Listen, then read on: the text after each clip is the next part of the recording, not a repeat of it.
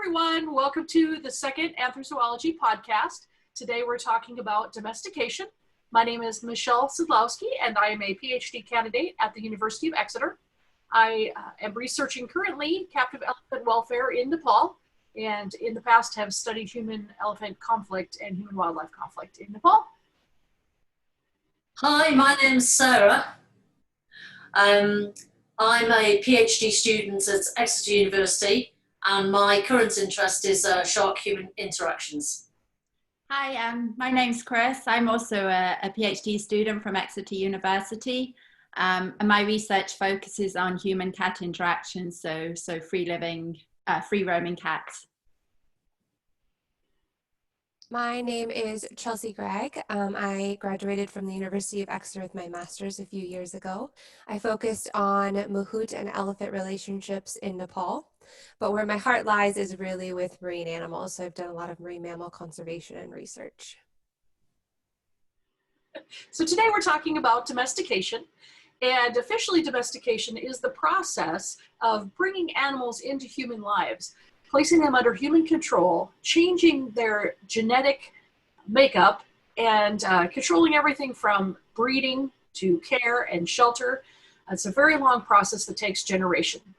I like to quote Tim Ingold, who says that domestication is animals under human control, which means that wild or wildlife is animals that are out of human control or that have been lost control. Any thoughts on that?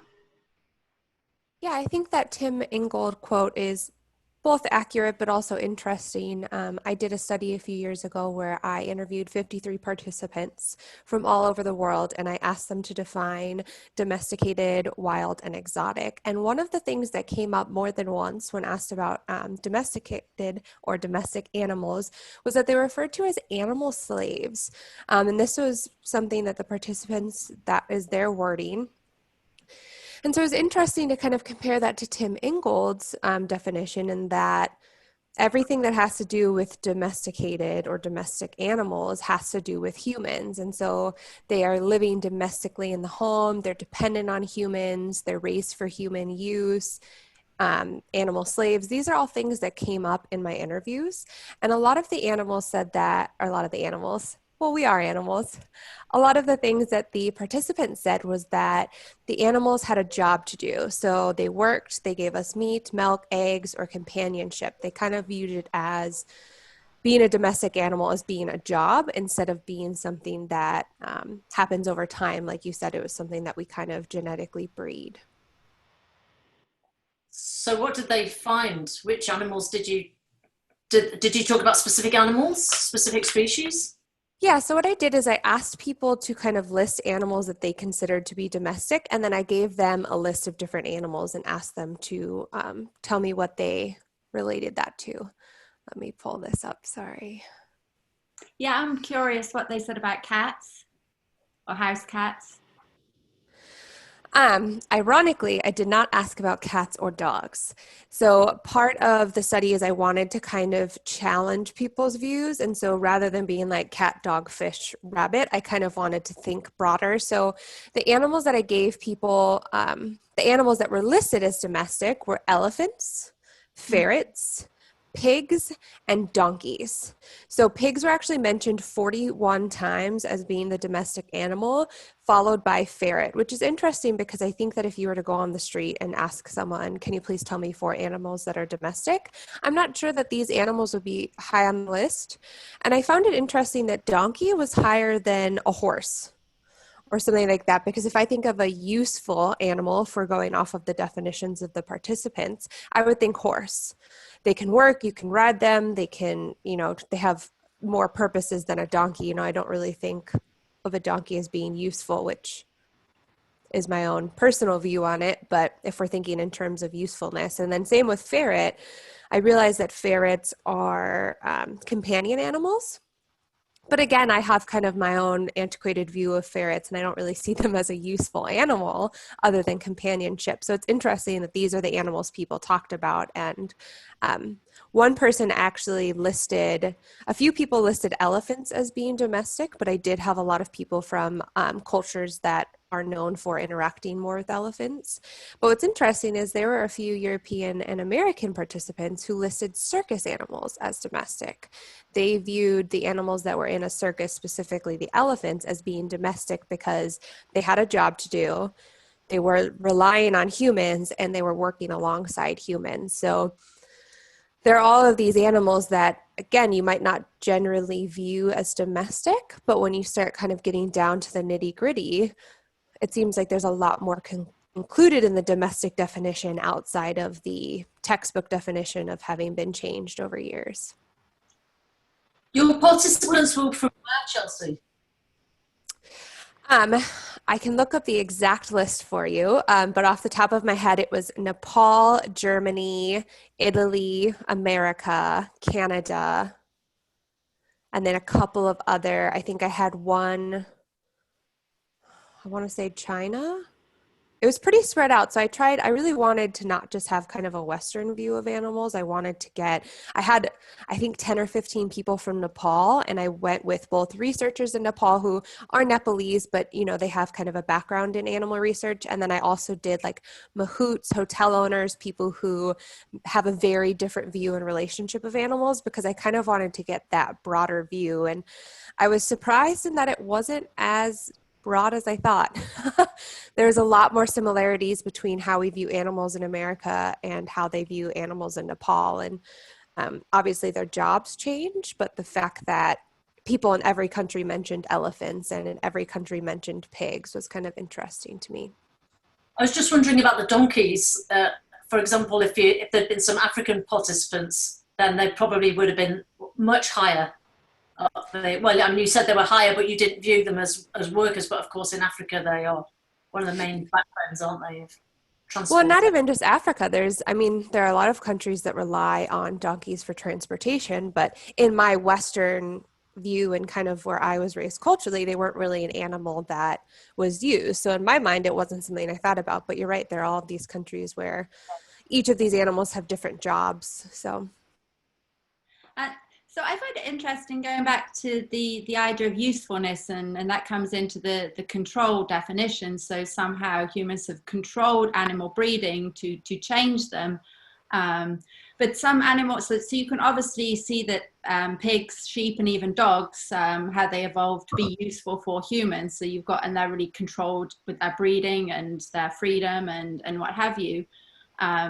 But I'm thinking about so of course I think about cats, but also the house mouse. So these animals that have become changed by human society. So they've evolved traits to help them better live amongst humans. So like the house mouse, the ancestors came in and lived off the grains and sort of evolved to fit this niche. And in a way, cats have sometimes been said to have domesticated themselves. So they chose to live with humans, and during that process, they've had to evolve social behaviors. So so the ancestors of modern house cats, they're not at all social, they're solitary animals, but cats have had to evolve social behaviors to live amongst humans. So in a way, it's more of a mutualistic relationship.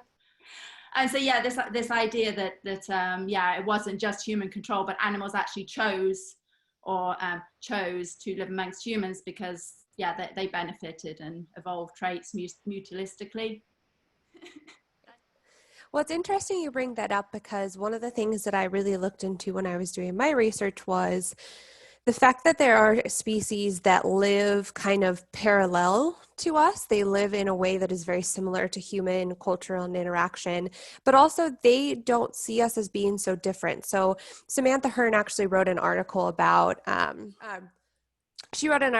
baboons, and there was this situation that happened where these group of baboons kidnapped a human child. And everyone was really upset, and they're like, oh man, these stupid animals, what were they doing? Well, that's actually how baboons settle disputes amongst themselves. So if something was happening, they would kidnap the other one's child until the dispute was resolved. So it wasn't that the animals were being antagonistic or just didn't understand how to relate to humans. They were actually bringing the human into their discussion. They were like, this is how we interact. This is how we deal with things. You're in my home. You took one of my fruits. I'm going to take your baby. It wasn't meant to be, malicious, but that's exactly how they would settle a dispute. And so there are these species like baboons who are kind of forcefully living among humans, but rather than looking at us and them, they kind of just look at it as we're all the same. You were in my house, you took my food, I take your baby. You know, it's kind of interesting how they have learned to evolve and not only live mutualistically, but they can kind of live as one, which is something that humans are still struggling with in 2020. It's interesting that they were trying to make that cross-cultural connection. You know, the baboons were treating the humans as conspecifics, whereas the humans don't necessarily treat the baboons as conspecifics. Back to what Kris was saying, it's interesting in that E.O. Price, in his landmark book on domestication, mentions that there are pre-domestication adaptations that are necessary for an animal to become domesticated over time. And one of those requirements is social groups, generally large gregarious social groups that rely upon some sort of a hierarchy of structure and that include males in that group. And in general, when I think about animals like cats, I don't think about cats living in a large gregarious social group with a social hierarchy. And cats in other ways don't meet those domestication pre-adaptations in any case. So Kris, what do you think about that? In fact, are cats domesticated? They've definitely gone under the process. So I think of domestication as a process rather than a fixed event. So yeah, definitely they've undergone changes. Yeah, and I find that super interesting because yeah, I think they're one of the only animals that we would consider domesticated whose ancestors were solitary, but the domesticates I've heard the term used facultatively social, meaning that they're quite happy to live as solitary creatures on their own, but they can also live in groups with other cats or indeed with humans and other domesticates. So that's sort of a trait that has evolved during the domestication process. So yeah, I don't know. A lot of people don't think cats are domesticated, which I think is super interesting. They see them as wild animals, whereas the pet dogs clearly domesticated, yet even people that keep pet cats consider them wild animals. And yeah, I guess it goes back to what is wild and what is domesticated. Sarah? Yeah, I think it's one of these boundary issues, isn't it? It's of the 6 pre-adaptive traits, they're supposed to be able to not be picky eaters, so you can feed them quite easily. Quick growth rate, so that they can be produced quickly for whatever use we want. Ability to breed in captivity. Have a pleasant disposition, i.e. they're not going to, like zebras, they're not going to attack you and say, I'm not going to be controlled. Which people might consider that an anthropomorphic statement. However, that depends on your point of view. Tendency not to panic, and then their social structure, this ability to basically have some kind of hierarchical system. But another, not maybe on the other side of the boundary, people don't really tend to talk about fish as domesticated. I was actually doing a bit of research on how we use fish at the moment. I'm just having a quick scroll down. And we actually, there's a couple of interesting things. There's almost 70% of animals raised in aquaculture. So almost 70% of fish and other animals raised in aquaculture are actually provided with feeds of their own, of the aquacultured animals. So 70% of aquacultured animals are fed themselves. And there's a large proportion, which I'm just trying to find, I don't know the percentage, but Benny et al. And Cashion et al. Say that 20 million tons of fish every year go towards feeding farmed fish, pigs and chickens instead of direct human consumption. So we actually end up feeding fish, which could be wild fish or could be domesticated fish, to other livestock which we have domesticated.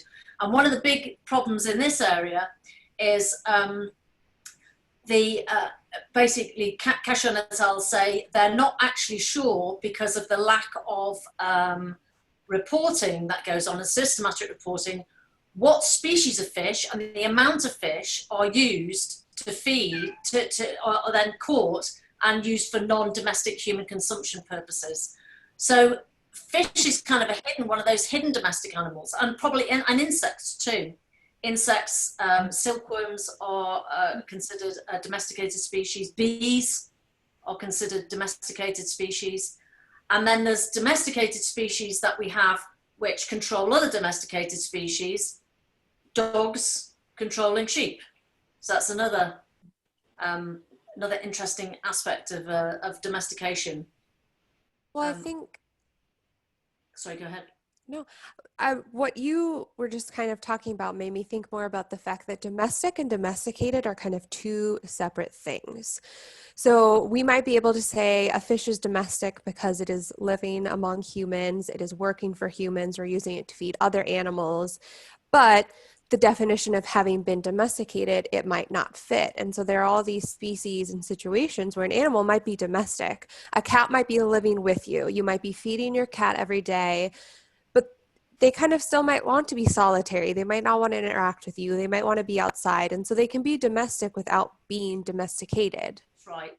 So if we go back to the pre-adaptive traits, the 6 pre-adaptive traits, for fish, efficient diets. So they can be fed quite efficiently. They're not picky eaters. We're even cannibalizing. Some are carnivorous anyway. Whether we're cannibalizing non-carnivorous fish is an interesting question, just as we did with cows.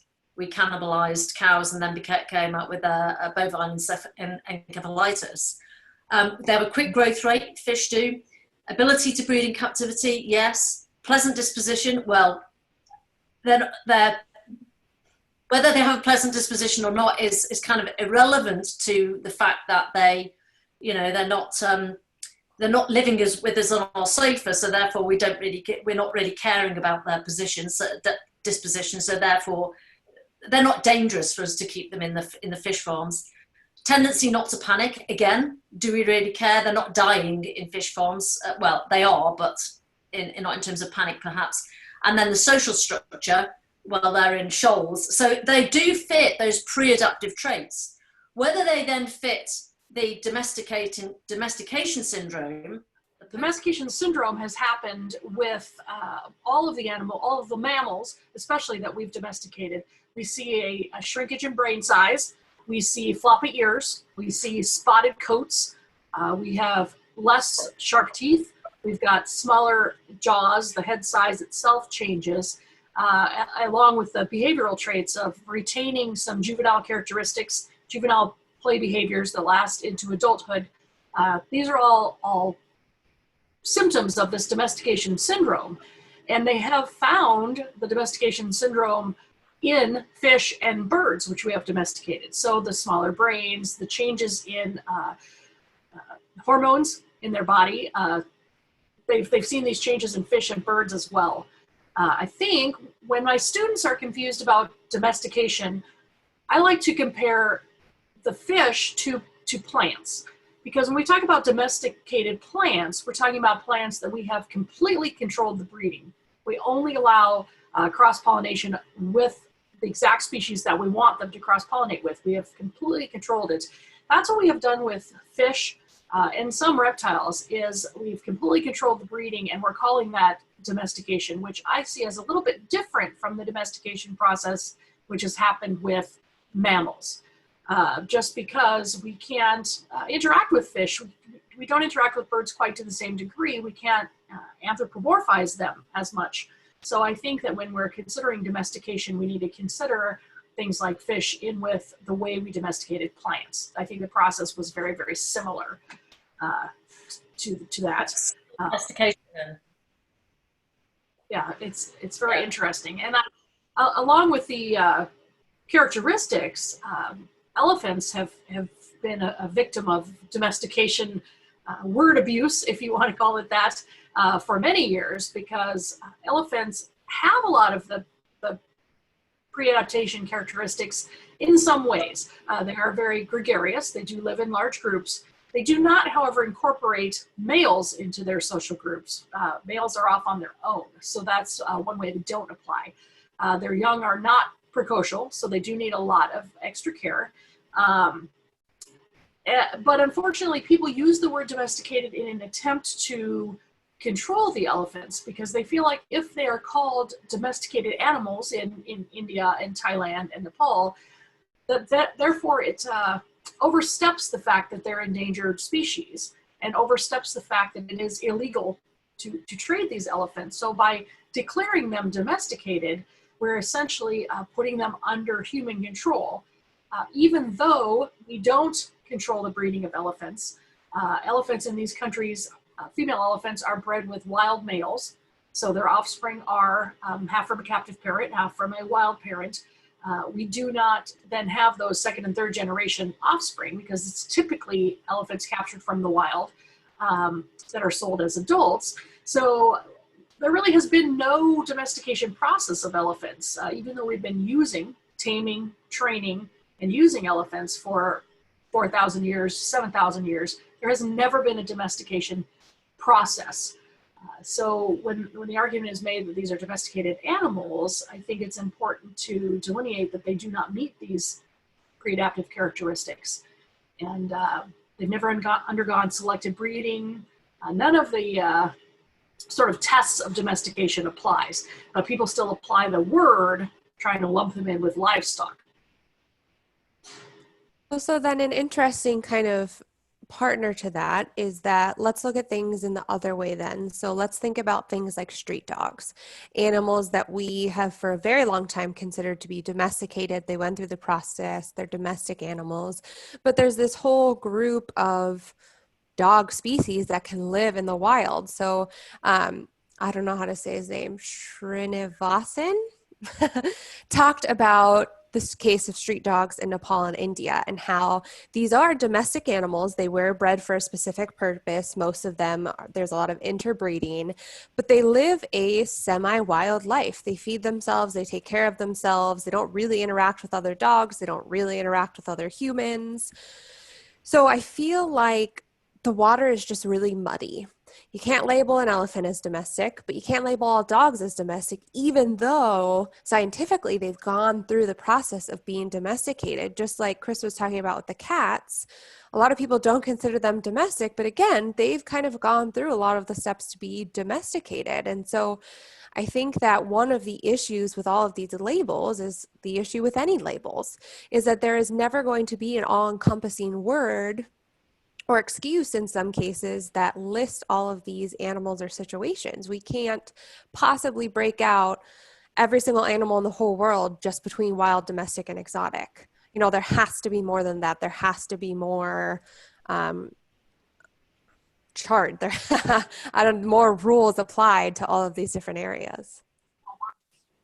Well, and in reality, if you think about the amount of large mammal species on the planet, we've only domesticated a very small number, somewhere around 18 species out of all of the potential domesticates.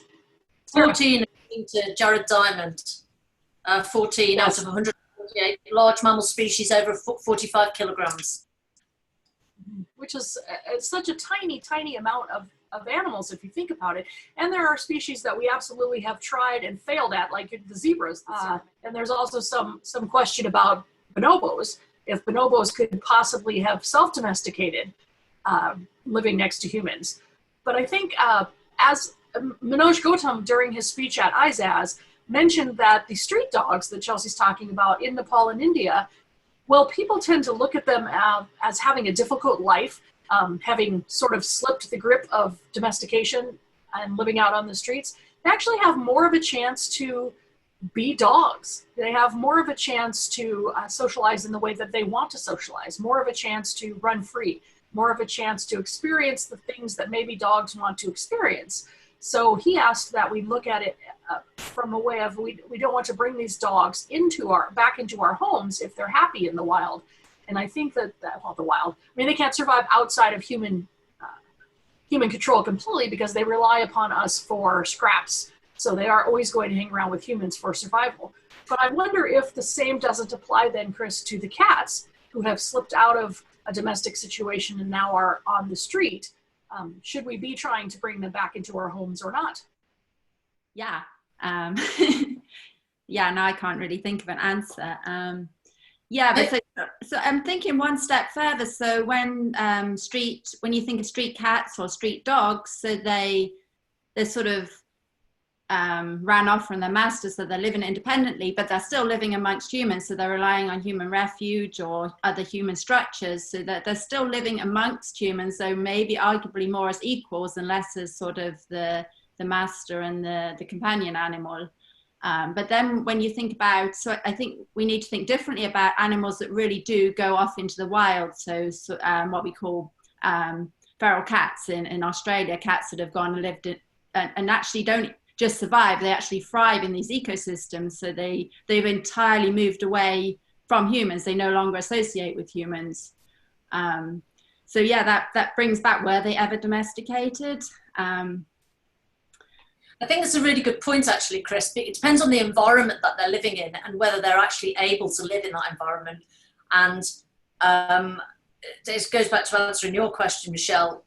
If they are without human interference or without needing anything from humans, then and thriving rather than surviving, then the answer could possibly be whether we should decide whether they should be brought back in to the fold. If we decide, if we are making that decision, the answer possibly is no, because they, as you say, they're having a much happier life themselves, they're more fulfilled, etc. But there's also the other side, when you see animals who live in human communities and they're actually struggling quite a lot, and that they need human assistance, but we refuse to give it to them. That's one of the aspects. And I just wanted to go to something you were saying before about the domestication syndrome. Animals that are on the streets, abandoned, so domesticated animals that are on the streets and then abandoned. I'm going to send you this table later, but there's there's a table in a paper by Lord, Larson, Coppinger and Carlson, which talks about they've looked at 10 publications on domestication syndrome in animals, which include pretty much behavior, coat, craniofacial, ear morphology, internal anatomy, reproduction, skeletal and tail. And it says there's no one single trait in every publication. So there's not a whole series of things. But going back a bit, so you were talking about the skull shape. So brachycephalic cats on the street that we've taken, we've bred, and then we've put in the street, they absolutely cannot survive on their own. They cannot thrive, put it that way. They cannot survive, they cannot thrive. And that is something that really would be part of the consideration of your question. Of answering your question. They actually, this paper I've just talked about talks about something else very interesting, but maybe I'll come to it in a bit if somebody else wants to talk about something else at the moment. But it's about the Arctic experiment, the silver fox experiment in Russia. Sorry, go ahead.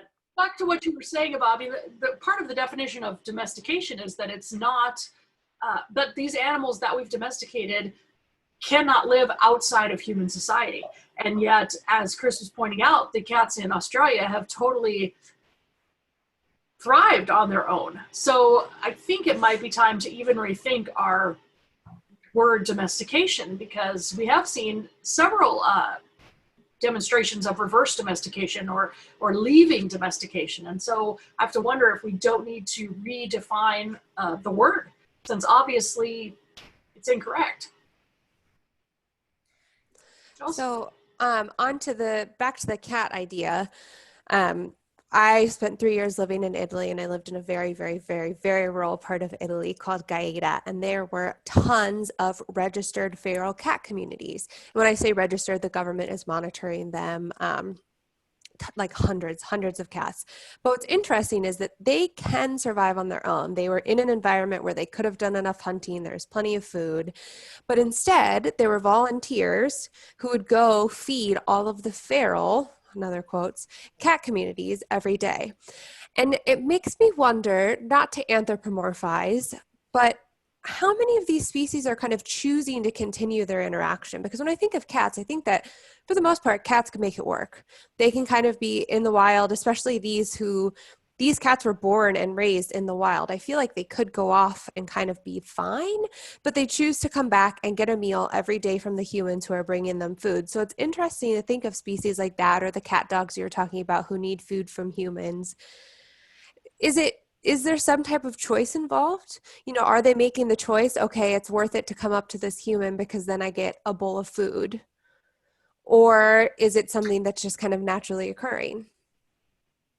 Well, when we talk about the domestication of dogs, you know, around 17,000 years ago, the theories are, one, the town dump theory, that wherever humans were settling, they had waste, and they would leave that waste away from their camp so that it didn't mess up their camp. And so the gray wolves would find these town dumps and start hanging around the town dumps, which in turn benefited the calmer dogs or calmer gray wolves who wouldn't run away from the humans.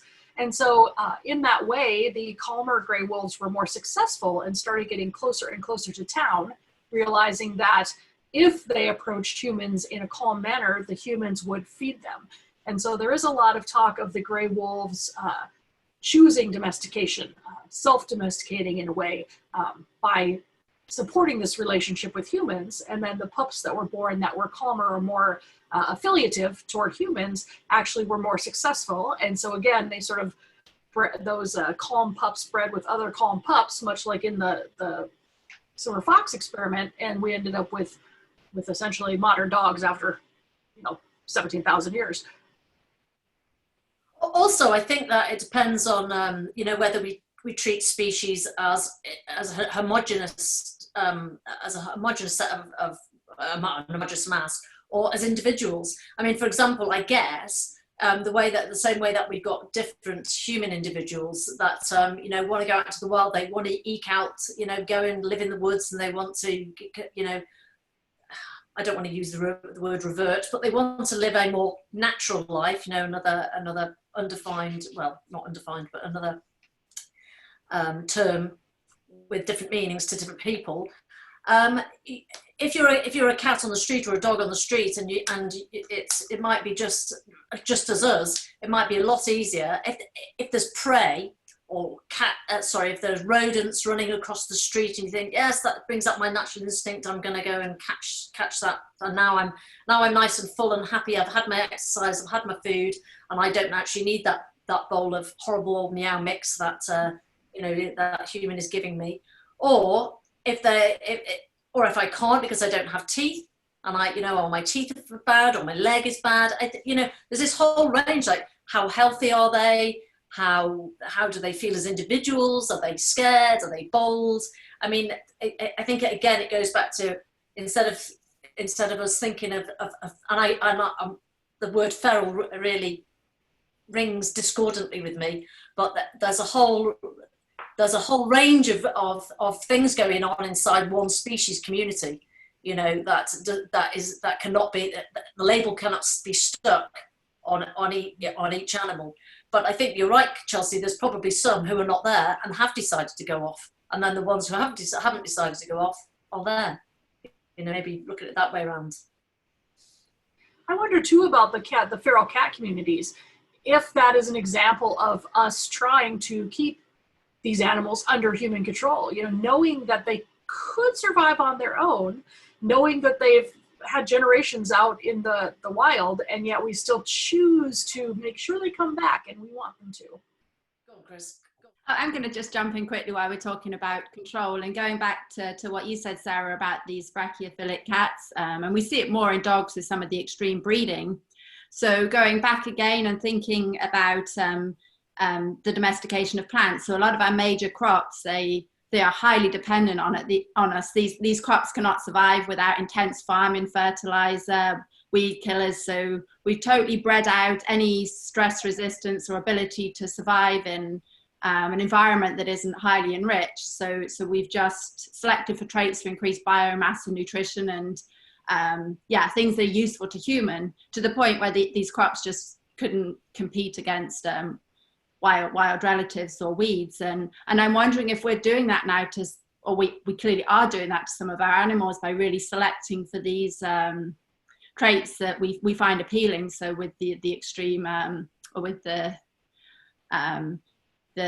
breeding and particularly these Brachiophilus traits, because they're actually breeding for animals that can't survive on the streets. They need human protection, human medical care, and so we really are selecting for dependence. So it's almost like we kind of want animals to be that dependent on us. And I think maybe we should step back with some of these traits that we select for now.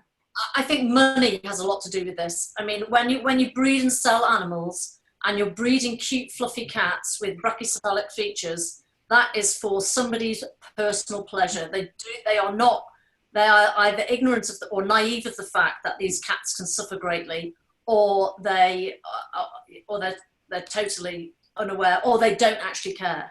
Mm-hmm. And they're doing it because they actually want this animal. And the people who want to make money out of selling animals, they obviously don't care to the extent where they are not going to do it, and then somebody else will step in. So it's about money. But you're absolutely right, we should step back. But as long as money is involved, I can't see how it's ever going to do that. I just want to bring in, for example, sharks, right? So I was doing a bit of research and I was thinking, could you domesticate a shark? It goes back to what you were saying, Chelsea. What is domestic and what is domesticated? And then what you were saying, Michelle, it's over a long period of time and various things change, and there's lots of genetic and morphological changes that go on. However, I'm wondering if we are at the start of shark domestication, because can you believe it? People actually have aquaria where, and very super rich people in Los Angeles, I've got the reference here somewhere, they actually have aquaria where they want sharks to be in their homes as objects of something to look at. But not only some objects of something to look at, there's actually a quote from, I'm rapidly trying to find, there's an article which talks about, right, so in Los Angeles, they've got huge tanks inside very rich, super rich people's homes. And some people want, so one guy, one shark owner commented, he wanted to own the shark. Now you can control them, it's payback. Other people, the types of species that they're choosing are the ones that look like the typical shark that the movie Jaws has come to represent, given as a representation for sharks. It's about control, it's about power, it's about, look what I can afford. It's the next trophy animal. And of course, they're not domesticated now, because it looks like it's right at the start of the process, if it ever, actually continues. But of course, these sharks some are bred in captivity, some are taken from the wild. Some are easy to feed, some are not easy to keep fed. There's actually there are actually some experiments done. There are actually some in some aquaria, because the aquaria owners, so you've got the hobbyist aquaria, and then you've got the big aquaria like the ones in Dubai. You've probably got them in America. SeaWorld's probably got various sharks in captivity there. So there's actually a paper which I'll find and give you the reference for, where sharks are being trained to come to certain food types, so that then the sharks can be taken and analysed and by vets for their health. So that if nothing else, surely that's the start of some kind of domestication project, at the beginning. I definitely think that sharks are kind of at the start, because not only do you have cases like that, people owning sharks, there's a lot of shark research.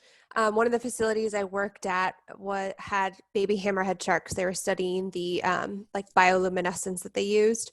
And they were re-released and they tried to raise them hands off. But if every 5 years you're taking more wild species, studying them and then releasing them, and then they're going and breeding, that's a really slow process, but it's still a type of domestication. And then when you add in the fact of like chumming, all of the numbers of people who go to do shark cage diving and then they go to a facility that chums, if these sharks over multiple generations are being taught to come to boats because that's where food is that not the start of domestication? So when you think about it, you're like, oh, Jaws becoming a domestic animal, that seems insane. But then you start looking at it and you're like, there are a lot of animals that, just like the sharks that are all now slowly coming closer and closer to shore, they're not aggressive. They're not coming here to eat you, but it's because they're like, oh, boats means food. Humans on boats gives me food. And so they're slowly becoming more and more interactions, and it's a slippery slope. I think it's kind of a scary process that's happening, that there are all of these wild species that are becoming too reliant on humans when they don't need to be. We know that in some cases they are fine where they are, but because we keep getting in their space. I want to say, I think that like dogs, that was the first step, getting the food, coming closer to humans, losing that fear of humans for the food. But I do wonder that because sharks are obligate carnivores, which if you look at the list of domesticated larger animals, there are no obligate carnivores on that list. Yes, and I think that that's where for some reason the obligate carnivores we can't seem to domesticate. I wonder too, though, if we are able to domesticate sharks, will we domesticate them in the way we've domesticated bony fish? Will we domesticate them in the way we domesticated plants? Or will they end up domesticated in the way that cats are, sort of with these affiliative behaviors, seeking out human companionship and human contact, but wishing to remain on their own? And then I guess the last question about sharks would be, are they, that reproduction in captivity, have sharks shown a proclivity to reproduce in captivity, or is it more difficult? Well, from what I've read, but Chelsea probably know more because she worked in a aquarium, Chelsea? It was a research lab in Hawaii. Some species will breed in captivity, but I mean, it's right at the start, so they're really trying hard. And I will send you the link to include in this. In Japan, they're actually taking sperm from whale sharks in an aquarium there. They're trying to actually captive breed. Whether there's actually any artificial insemination, the article didn't go into that. I would assume that's the next stage up, but yes, breeding is starting to be controlled. Well, I think to answer your question really quickly, there are so many different species of sharks. I think it's kind of difficult to say, oh, sharks can breed in captivity, because I've seen blacktip sharks, I've seen hammerhead sharks successfully breed in captivity, whereas tiger sharks, it's a little bit more hit or miss. And so I don't think you can just say, oh, they all can. But it's interesting that you brought up the lab in Japan, because what I was thinking when I think of domestication in sharks is shark fin soup is a really big thing. And although in a Western view, that might seem kind of disturbing to, our palates, how is that any different than raising pigs for slaughter? So there might come a day where, just like we have fish farms, we're going to have, I guess sharks are fish, but we're going to have shark farms, which are being raised to make this delicacy of food. And that's a whole other type of domestication again, that is for use of humans. That is, they're being raised for this one purpose alone. Although, from what I've read about sharks in captivity, they can't get the essential nutrients that they need from frozen fish, etc. They're finding it very difficult. And then we're going back to possibly linking into other aspects of survival on the planet. If we're breeding fish just to give sharks, just to give other fish, so that we can then eat them, that's a massive waste of resources in the trophic level. So maybe we actually need to look at the other way and stop using animals in our food production, go back to the primary production of plants from chlorophyll in the sun, etc., and really completely turn it around. So because the domestication of the shark at the moment is for human entertainment. which is another thing that we didn't talk about when we talked about why things were domesticated. I mean, I read that the Pekingese dog was domesticated in China so that it could be a lap dog. Yeah. We've ruined nearly every dog breed that we've put our hands on. I mean, you know, the English Bulldog, who can no longer reproduce sexually by themselves, you know, we've ruined them. We've ruined German Shepherds and their legs. We've ruined Labradors and their hips. I mean, and the same with our plants. I think that the plants that we've heavily domesticated, the grains, we've taken Soy. you know, almost all the naturalness out of them. And we've domesticated ourselves. That was what the big question I wanted to ask. Are humans domesticated? What do we think? Yes. As Well, a female, that offends me. I'm just kidding. well, we are. Let's see. We are large gregarious groups that include males, right? Our young are not precocial. They do need a lot of attention. Our breeding is tightly controlled. I mean, look at how all of the options we have to control breeding. So in a lot of ways, yes, but then we don't really qualify because to be domesticated, you have to be completely under human control. So but aren't there other humans that are completely under control of other humans? Yeah. And I think that's a scary, dangerous slope to go down, because then we end up to that whole, you know, is it all about ourselves? Can we control other humans? You know, can we fully, Well, can we be the king in charge of everything? Isn't that what it all comes down to? Everyone wants to be the king of their own jungle. That's why we have these people who own big cats in their backyard or who make their own jungle scapes. And it's because they want to be in charge, you know, like the people who own the sharks because they want the big teeth. It's because they want to be in charge, and everyone wants someone else to pee on. I mean, that is where the whole definition of peon came from, is that everyone wants to be at the top. And so in some societies, there's less between humans, but in other societies, like caste societies, there are quite literally the lowest caste people who are being owned and controlled by the higher caste people. And that's something I wrote about in my thesis, is that a lot of times mahouts and elephants are equal. The mahouts and elephants are equally owned. They share a house. They are both dominated and domesticated by their owners. But that's not something humans like to think about. We don't want to talk about how we're domesticated or how we domesticate other humans. We want to talk about animals. We want to distance ourselves from what's happening because a lot of us are uncomfortable with it. Jared Diamond actually talks about human, he says, domestication has been by far the most important cause of changes in the human gene frequencies in the last 10,000 years. And he talks about various adaptations. We've domesticated ourselves in terms of a diet higher in simple carbohydrates, saturated fats, calories and salts, lower in fiber, complex carbohydrates, calcium, and unsaturated fats than the hunter-gatherer diet. And he talks about how we've changed our ability to metabolize alcohol, how we're shorter in stature. I believe we have smaller skull sizes than we had before. So yeah, I mean, if you talk about the morphological changes, then yes, we have. Our bodies have literally changed.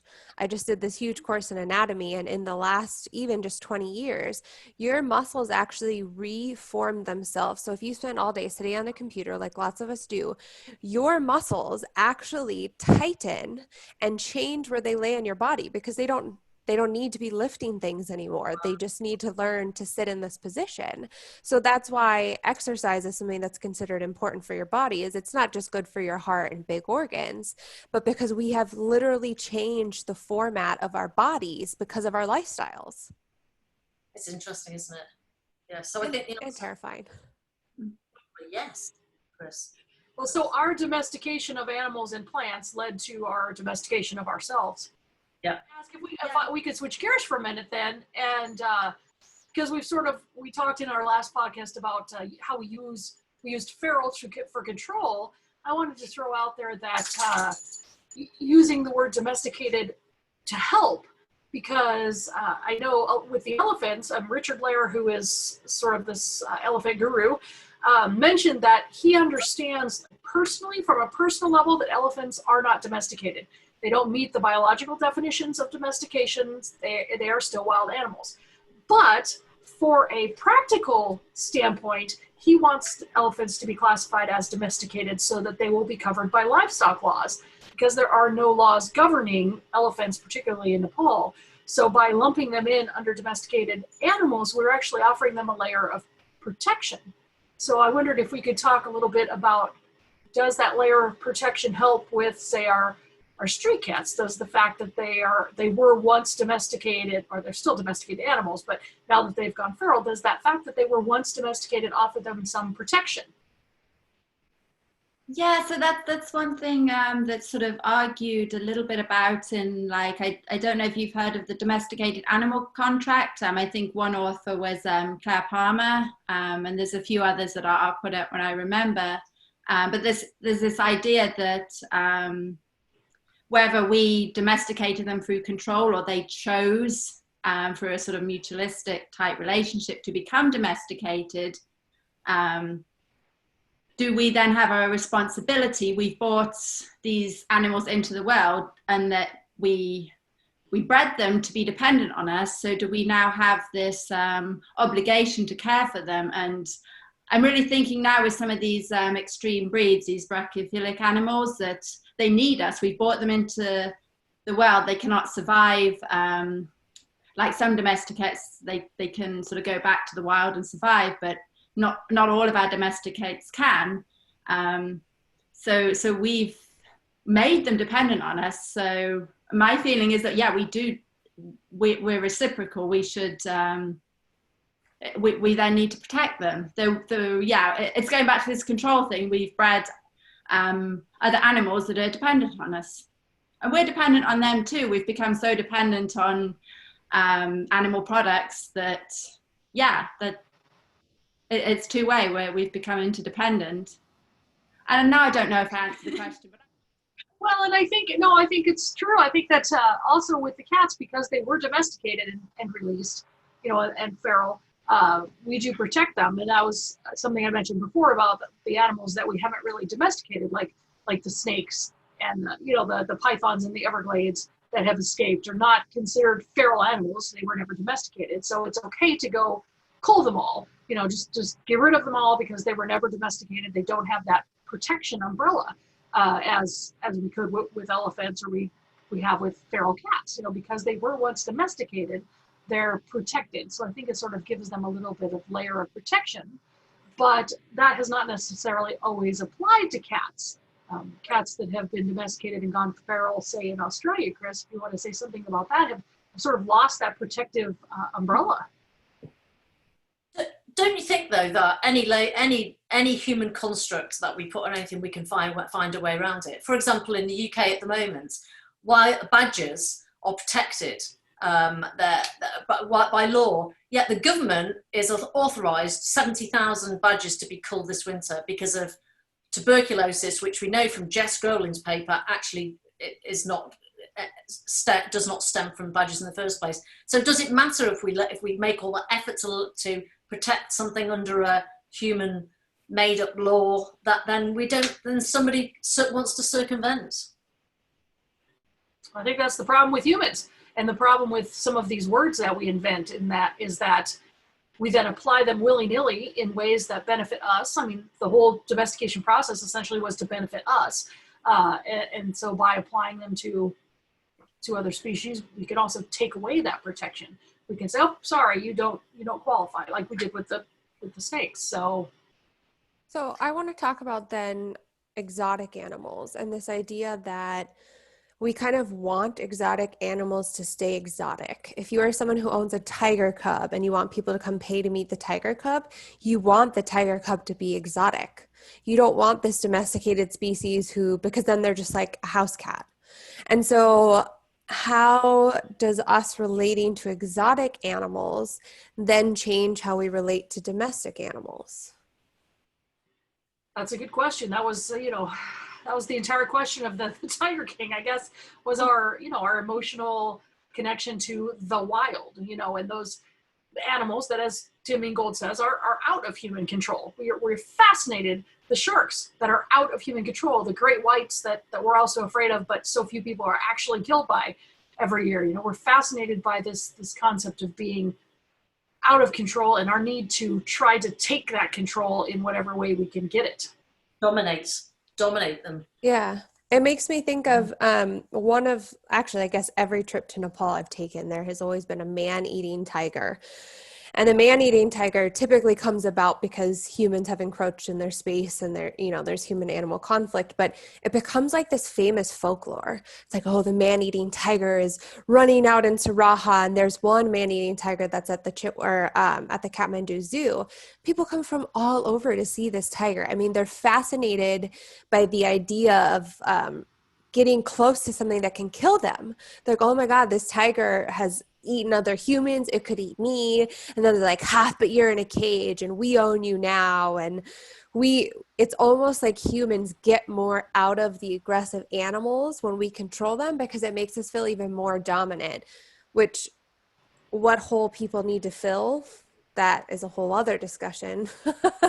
But it is interesting that we want some animals to be domesticated, but we want some animals to stay wild and exotic. We want them to be scary. We want them to be unique, because then we want to be able to control them and exploit them.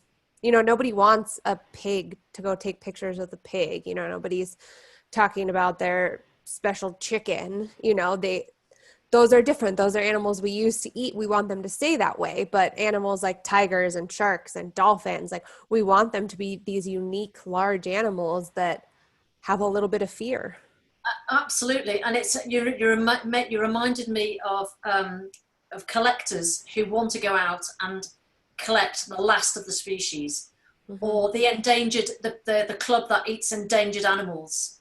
You know, it's about power and dominance and look at me, look how rich, look how powerful, look how the laws don't apply to me. It goes back to your kingly, queenly, well, I don't know if it will be queens, but anyway, it goes back to this idea that it is mine, everything is mine, you know, this whole sphere of influence is under my control.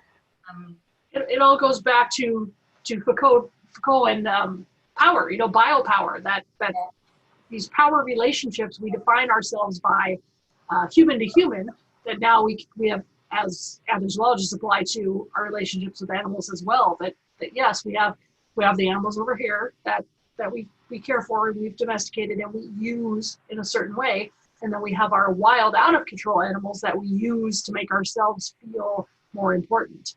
And we have the feral animals that we've domesticated, but now are no longer used to us, and actually they might seem to be a bit dirty, so let's leave them over there and call them feral. Let's give them a dirty name, and then we can forget about them. Yeah, exactly. It always reminds me of trophy hunting too. The people who get special permits to go kill a rhino, they don't use the meat, they don't use anything, they just want to take a picture with this big rhino. Yeah. Well, I was just gonna say, I wonder if that's why we continue to keep elephants in captivity. Is it because we have been unable to domesticate them because they don't breed well in captivity? They breed terribly in captivity, and a lot of stillbirth and a lot of disease. And I wonder if we continue because we want, like the sharks, we want that exotic animal, that we're going to keep trying to domesticate this animal to their detriment. Yep. You know, harming them to keep them living because they do not want to live near humans. What you know, to their benefit? Which animals have we domesticated that they totally benefit? Not livestock. Not cats. I think originally, maybe dogs originally benefited because they got the food and a warm place to live, shelter. Well, now nobody's benefiting. Insects we eat. Silkworms we take their, you know, what exact? I'm trying to. Can anybody think of one that's domesticated that? The problem is we've changed them so much, so that animal didn't exist before domestication. Right. So they're not even the same. A domesticated animal may have been better off. That during the early process of domestication, they may have been better off, but then they've become so altered and so dependent on humans. They're a completely different animal in many cases to their ancestors. So it's like, are they better off? And And I guess if a biologist would say because the population is surviving, yes, they are. Yeah. But actually, we're looking at it from the Individual. from the animals. Well, and Well, I think that Oh, go I ahead. think that to a certain extent, it's not all bad. You know, obviously humans have done a lot of damage, but the world has changed. There are species that probably would be extinct if they hadn't had learned to live alongside humans or work alongside, because we've exploded. Our population is insane, and there are so many places of the world where if the animals had not learned to coexist with humans, they would no longer exist. And so it's not all bad. I think that a lot of adaptations and some domestication has been beneficial in the fact that that species gets to live on. But again, that's thinking not of the individual, but as the collective. Okay, this species of animals is alive, but you know, how many of them are miserable? How many have health issues that never would have been an issue? Yeah, exactly. Sorry, one of the other things that Jared Diamond talks about is that because we domesticated animals and therefore ourselves, as we're currently experiencing now, disease gets is easier to pass on because we live in bigger communities, it's more transferable, etc., etc. And so benefiting again, we benefit only possibly as us as a species, not as individuals. Well, yeah, my sister and I have a plethora of severe food allergies, like severe, you know, it was an interesting childhood. And there's all this research coming out now that the reason that this is happening is because of everything fake in our lives. We're eating fake food. We're feeding animals to other animals and then eating that animal. We're doing GMO. Soy is not even a plant anymore. It's this genetically modified product.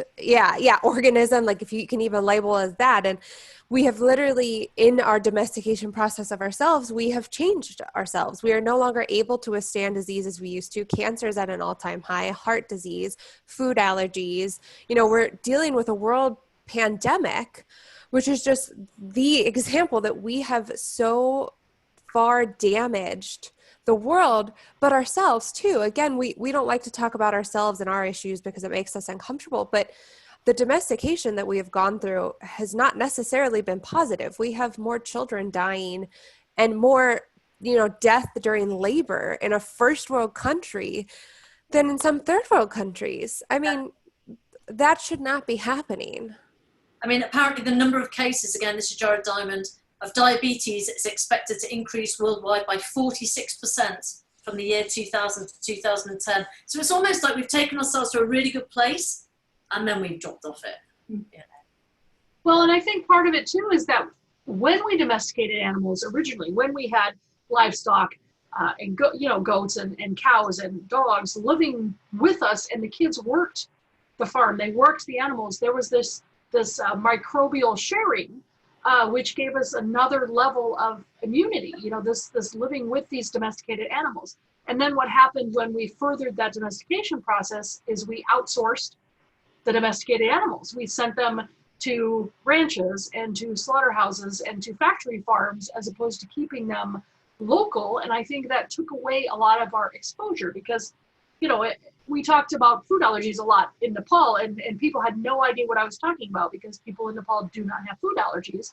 Well, children in Nepal are still playing with the cow and the goat and dirt, and you know, it's a fantastic for the immune system. So I wonder if we were domesticating ourselves as we domesticated animals, and then somehow we separated that process, and in doing so have damaged all the species, including ourselves.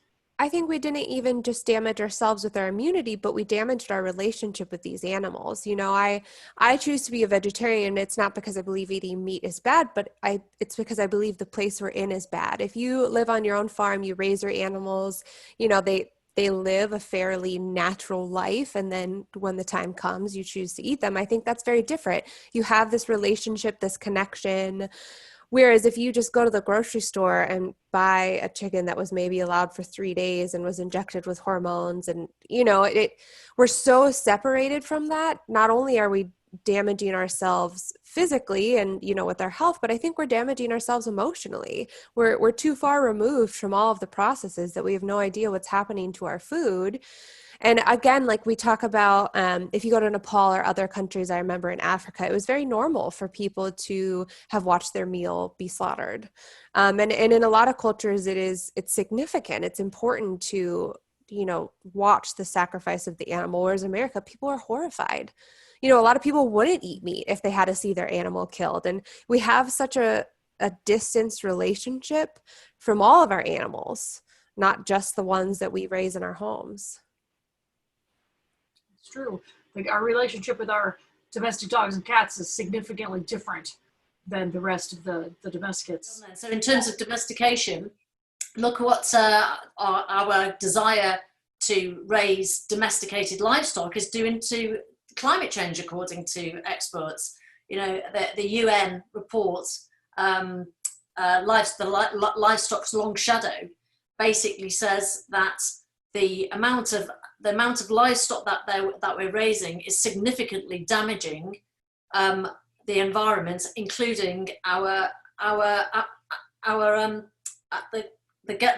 gases that lead to climate change. So domestication is creating a huge problem for all species now. I mean, we're in the sixth extinction level event.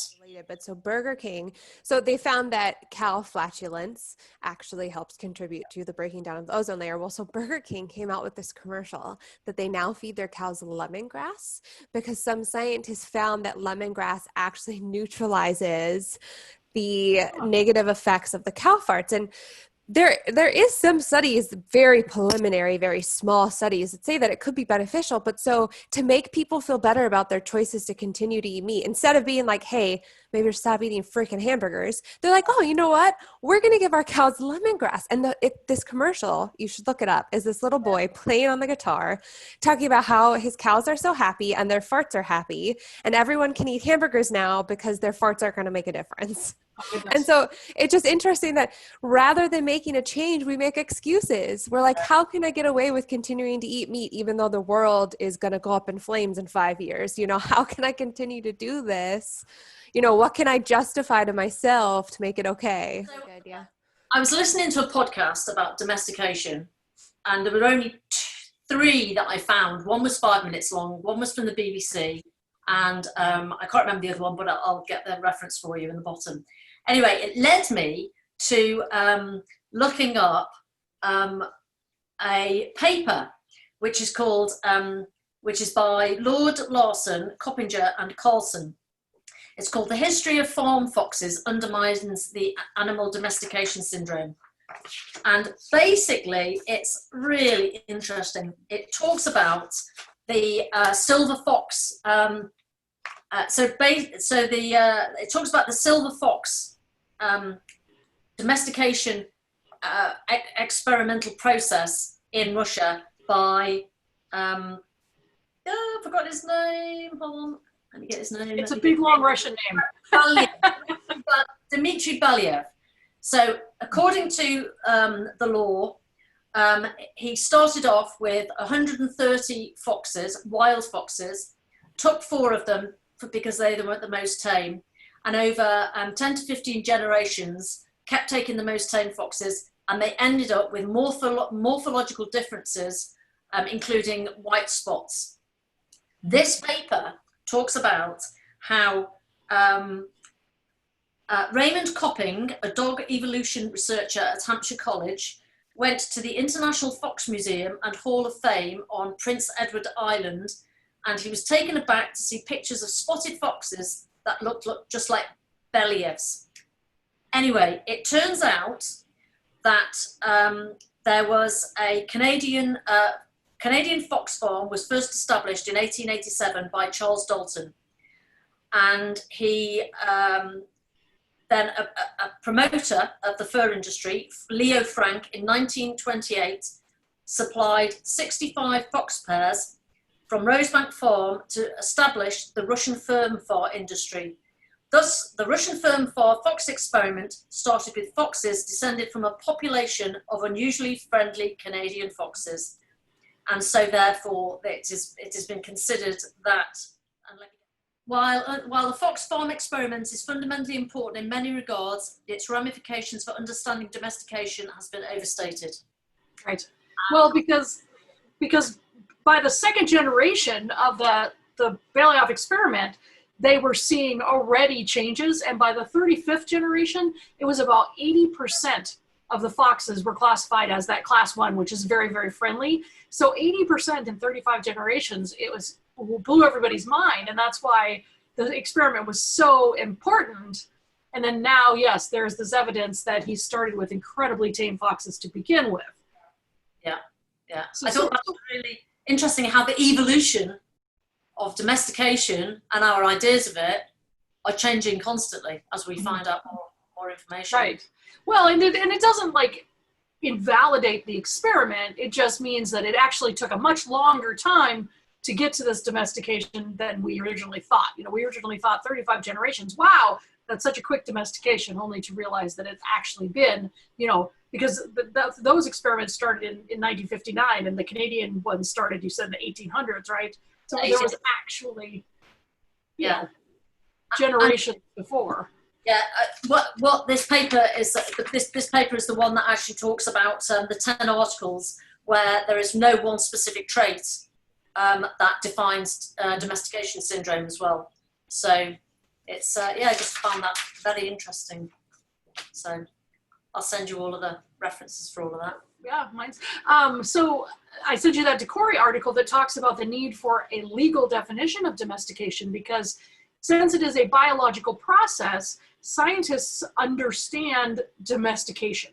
However, the general public and the lawmakers do not understand domestication, and so they throw around this domesticated word so that they can treat animals differently because of it. And so Decory calls for a true legal definition of domestic versus domesticated, so that we can actually pass legislation that is meaningful and can't be used by people in whatever way they see fit. A true definition of domestication. How would it benefit domesticated animals, though? I mean, what kind of animals is it looking to benefit? Well, think about legislation on elephants, for example. If they are truly a domesticated animal and fall under a livestock heading, then they can be owned and traded and beaten and factory farmed in any way that people want to. Whereas if they are in fact not domesticated, which they're not, they are still an endangered species and must be protected in their natural habitat and not removed from the wild. So yeah, there is this legal protection that needs to be in place. Thank you for joining us today for our conversation about domestication and how its use and application to other animals is often controlled by human beings, and what that means for the animals themselves. We'll see you on our next podcast. Thank you. Bye.